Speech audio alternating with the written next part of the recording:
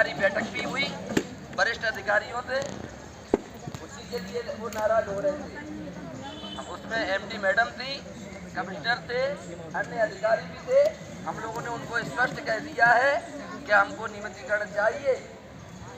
वो कैडर पे भी बात करने का प्रयास किया उनने कि चेहरे अभी नए हैं, ऐसा है वैसा है, परंतु प्रत्येक जो व्यक्ति हमारे हड़ताल में सम्मिलित है, हमारा जो संगठन है, मैं हमेशा बात करता हूँ कि जिसकी सैलरी एनआरएचएम के उससे निकलती है वो व्यक्ति हमारा मेंबर है और उसके लिए हम लड़ रहे हैं। कोई भी प्रश्न नहीं, मुझे इसमें कैडर याद नहीं है, न मुझे लगता है कि किसी भी व्यक्ति को यहाँ स्टेट के कंसल्टेंट भी है ना, कोई भी एक साथ में पूरे कैडरों के नाम नहीं ले सकता।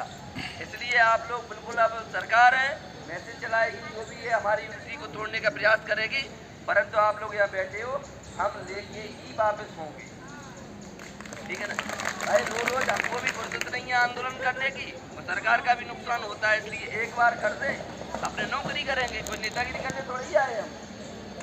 और कल का डिसाइड भी है, हम लोग थोड़ी देर से बता देंगे। हम विधानसभा का घेराव के लिए कमिटमेंट कर दिया है, तो विधानसभा का घेराव भी करेंगे। आप लोगों की शक्ति ही हमको ये ताकत देती है, चाहे किसी भी टेबल पे हो, निडरता के साथ बात रखेंगे और बिल्कुल रखते रहेंगे। कभी कभी हम यहाँ आ नहीं पाते, जैसे मैं कल नहीं आ पाया थोड़ी देर न्यूज़ के लिए, आप लोग संभालो, आप लोग बैठ दो, और आप लोग ही नियमितीकरण से कम कुछ नहीं है। मैं सभी हमारे जो स्टेट के कंसल्टेंट हैं उनसे भी निवेदन करना चाहता हूँ कि आप लोग भी साथ दे रहे हैं, हमारा तन मन धन से साथ दे रहे हैं, तो आप लोग पूरी ऊर्जा के साथ लगे। ऐसा बिल्कुल ना हो कि मुझे रोज एनआरएचएम जाना पड़े 10 मिनट के लिए, 15 मिनट के लिए। आपकी भी ड्यूटी है कि मिशन मोड में काम करने की आदत मत डालो। यहाँ आने की रोज की आपकी जिम्मेदारी आप सभी को लेना पड़ेगी। जैसे आप लोग आ रहे हो, परंतु मुझे पता चला रोज जाना पड़ता है, एनआरएचएम की गेट पे खड़ा होना पड़ता है, तो इसलिए आप लोग रहिए। और आप लोगों के भी अधिकार की लड़ाई बिल्कुल हम सभी लोग लड़ रहे हैं और हम जीतेंगे। डॉक्टर सुनील जी भी आज गए थे उसमें, ये भी कुछ कहना चाहें, कहने का कह सकते हैं, अपनी बात रखें।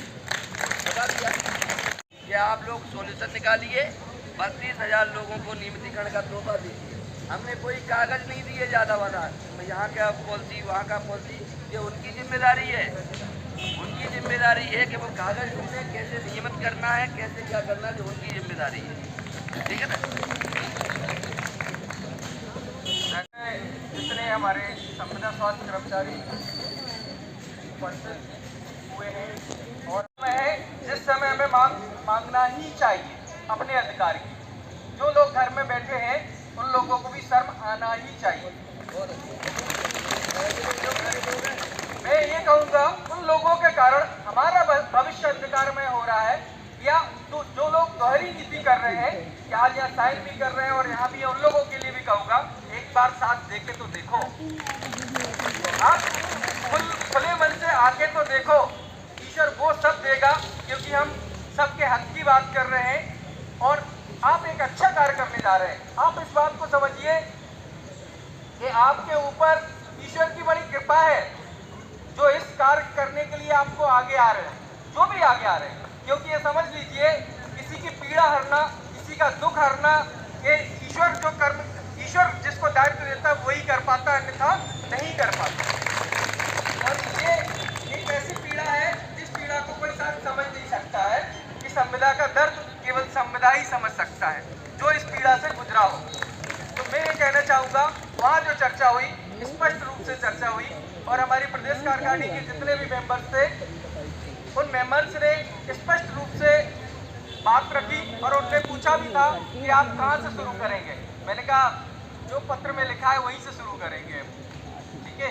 तो उसमें चाहे हमारे, उन्होंने कहा नहीं सेकंड पॉइंट से शुरू करते हैं। मैंने कहा सेकंड पॉइंट से ही शुरू कर दीजिए आप, हमारे लिए तो सभी मांगे एक सी है, चाहे हमारी सेकंड हो चाहे फर्स्ट हो, हमारी सभी मांगे हैं। तो उसमें स्पष्ट रूप से उनसे कह दिया गया है, चाहे सपोर्ट स्टाफ की बात हो, मैंने कहा सबसे छोटा कैडर है जिसको 6,000 रुपये सैलरी मिलती है, उस कैडर को भी आप एनएचएम में सम्मिलित कीजिए। क्यों? उसको 6,000 की सैलरी उसके हाथ में महीने पे नहीं आ पाती, 4-4, 6-6 महीने पे आती। उसमें भी पता चलता है आप देते 9,000, उसको पाते हैं वो 4,000। 5,000 उसके अकाउंट में डलवा ली जाती है और वापस फोन पे और गूगल पे में वापस मंगा ली जाती है। तो ये तो शर्म की विषय है, क्योंकि जब उन्होंने कहा कि ये ठेके का विषय हमारे जीएडी की गाइडलाइन है, इनकी गाइडलाइन है, मैंने कहा जीएडी की गाइडलाइन भी आप ही और हम लोग बनाते हैं, कोई अलग लोग नहीं आते बनाने के लिए। इस बात को आप समझिए। जब हमारे डीडीसी सपोर्ट स्टाफ को पिछली बार हमने गौरी सिंह मैडम के सामने उनको भी आउटसोर्स कर दिया था, तब एनएचएम में वापस करके लाए थे, तो आज हमारे इन सपोर्ट स्टाफ को भी आपको अंदर लेना ही होगा। ये स्पष्ट रूप से बात रखी। फिर इसके बाद में जो हमारे निष्कासित साथी थे उनको बाहर कर दिया, कोई कैडर की पद समाप्ति पे, कोई अप्रेजल की समाप्ति पे। तो उन्होंने कहा कि आपने पहले लिए 250, इसके लिए मैं धन्यवाद देता हूं, लेकिन आपने जिन पदों को छोड़ दिया है, जिन लोगों को वापस नहीं किया है, आखिर कैडर समाप्ति की है, इसमें हमारे किस कैडर का दोष है? आपने समाप्त किए ना पद को, आपने पद समाप्त किए हैं, तो आपके पास ऐसा तो है नहीं कि पद नहीं है। आप हर महीने वैकेंसी निकालते हैं, 19,000 से 32,000 पे आज पहुंच गए हैं। आज हर महीने हर कैडर के पद निकाल लें, तो उन पदों में उनको समायोजित कीजिए आप, चाहे जैसे करना पड़े आपको, क्योंकि हमने नहीं आपको कुर्सी नौकरी हटाई, आपने पहले नौकरी पर रखा। आपने कह दिया कि हमारे पास पैसा नहीं, उसका परिवार कहाँ जाए जो 10-10 साल हो गए नौकरी करते करते। आज किसी भी बहन के साथ, किसी भाई के साथ ये समस्या होती है, तो सोचिए कि उसके परिवार पर क्या पीड़ा गुजरती है। दूसरी चीज, जब अप्रेजल की बात आई, मैंने कहा कई एनएम बहन को, कई हमारे स्टाफ नर्स को, कई लोगों को बाहर कर दिया गया, इनको भी अंदर आपको लेना ही होगा। इसलिए लेना होगा कि जो बहन आरबीएसके में काम कर रही थी, उसको उठा के ट्रांसफर करके उसको रख दिया कहाँ? आपको सब सेंटर में। अब उसका काम पूछा जा गया उससे। अब ये बताइए, जब उसने साल भर आरबीएसके में काम किया और वो कहाँ से डिलीवरी रिपोर्ट भेजेगी? आपने उसको बाहर कर दिया गया। कई हमारे जो वरिष्ठ अधिकारी थे उन्होंने धमकाया, उस समय क्या परिस्थिति बनी? ऐसा तो नहीं है कि उन लोगों को 10 साल से काम कर रहे हैं एनएम स्टाफ में आता नहीं है, कुछ आता तो है। जब आप पद निकाल रहे तो उनको ही उसमें सम्मिलित कीजिए, जो भी हमारे निष्कासित हो, ठीक है। अब विषय आता है अपना नियमितीकरण का। जो नियमितीकरण का विषय है, इस बार स्पष्ट रूप से पूरी प्रदेश कार्यकारिणी ने एक स्वर में एक बात कही कि नियमितीकरण, नियमितीकरण, नियमितीकरण, इसमें कोई दो राय नहीं। और हमारे जितने भी एम्प्लॉय हैं, जो भी एनएचएम के 32,000 एम्प्लॉय हैं, उन सभी की बात रखिए। हमें कैडरों से कोई मतलब नहीं, हमें तो उससे मतलब है जो एनएचएम की एचआरएमएस आईडी बनी है, वो सर नियमितीकरण करें, हमारे सपोर्ट स्टाफ का भी नियमितीकरण करें। तो उस विषय में ये भी पूछा गया कि मांग तो आपकी जायज है, तो मैंने कहा कि जायज है या जायज है? तो बोले जायज है। आप मानते हैं? मैंने कहा जायज मानते हैं, तो इसको अभी तक क्यों नहीं? 21 वर्ष हो चुके, 22 वर्ष हो चुके, 24 वर्ष हो चुके। तो मैडम का कहना था कि 24 वर्ष तो नहीं हुए। मैंने कहा 17 वर्ष नहीं, 24 वर्ष हुए। मैंने उनको ये एहसास जताया। मैंने कहा एनएचएम कब से आया? वो बोली, मैंने कहा 2005 से। फिर आपने कैसे कहा? तो मैंने उनसे कहा हमारे जो 1995 से हमारे टीवी वाले साथी भी थे, जो उनको एनएचएम में मंच किया था, आज उनको भी 24 साल हो गए। तब हमारे गौर साहब ने भी कहा कि नहीं हो चुके हैं 24 वर्ष। तो सोचिए, मैंने कहा 24 वर्ष से जो पीड़ा सह रहे हैं, क्या हम अपने बच्चों का भविष्य भी नहीं सोच सकते? या नियमितीकरण से जो हमारे संविदा पे वो रिटायरमेंट हो रहे हैं, कि आखिर कब होंगे नियमित? हम कब मांगेंगे नियमित? तो नियमितीकरण आपको कैसे करना है, क्या करना है? तो उन्होंने कहा कि हड़ताल का समय आप इस वक्त क्यों चुनते हो? मैंने कहा चुनावी वक्त है, चुनावी वक्त सुनना पड़ता है हमें, क्योंकि 5 साल में ही सुनती है सरकार, तो हम तो बीच बीच में करते हैं, तो थोड़ा सा आप दे दे के वापस बाहर कर देते हो, हमें चुप करा देते हो आप हमें। तो इस वजह से इस बार तो चुनावी है, तो चुनावी वर्ष में क्यों? मैंने कहा 2018 में भी पूछा था, 2018 में भी गए थे हम, तो उस समय तो हमें बोले अभी तो 1 साल है। मैंने कहा बिल्कुल नहीं सर, 2 महीने बचे हैं, 3 महीने बचे हैं हमारे पास। तो उन्होंने कहा क्यों? मैंने कहा बजट सत्र में अभी बजट सत्र में आएगा, आप कहोगे कि बजट सत्र आ गया। फिर माननीय मुख्यमंत्री जी कहने लगते हैं कि चुनाव की पूरी तैयारी करो, चुनाव में जीतना चाहिए, आज जैसे ही हम आ जाएंगे आपको नियमित करेंगे। फिर ये पूछने लगते, पिछली बार हमें यही कहा गया था जब मुख्यमंत्री जी के सामने गए थे हम।